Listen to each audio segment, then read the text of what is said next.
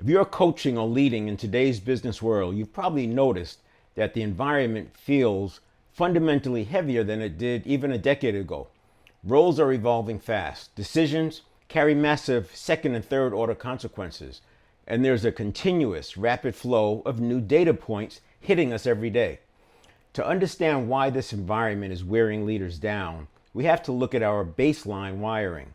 For roughly 300,000 years, human beings operated in a very localized space.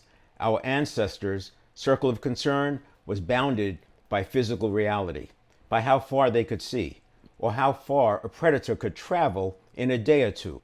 In that slow-moving landscape, our nervous system developed a clear survival rule. The unfamiliar and the unknown are a default automatic threat.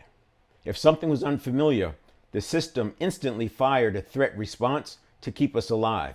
It was a perfect piece of hardware for local survival. In those 300,000 years, it's only been a few hundred where we've had the ability to move and with data had the ability to be transmitted as quickly as it does today. So look at what has happened in our modern corporate era.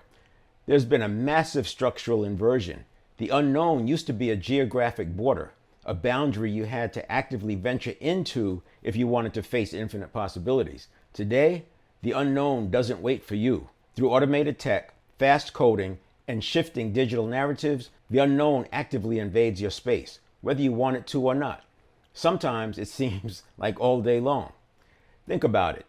We're dealing with macro global shifts 7,000 miles away alongside rapid workplace disruptions right in front of us.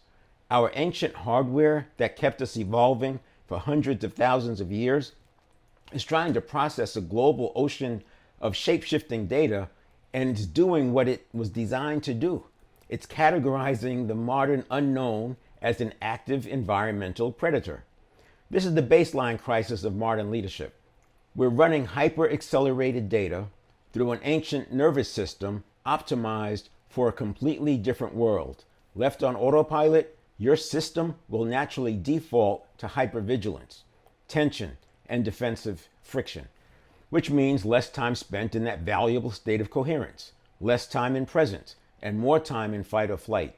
As coaches, we can't solve this with insights or simple conscious-based frameworks. We have to help leaders step in and rewrite how their system processes the unfamiliar as well as other perceived threats before the stress response takes over.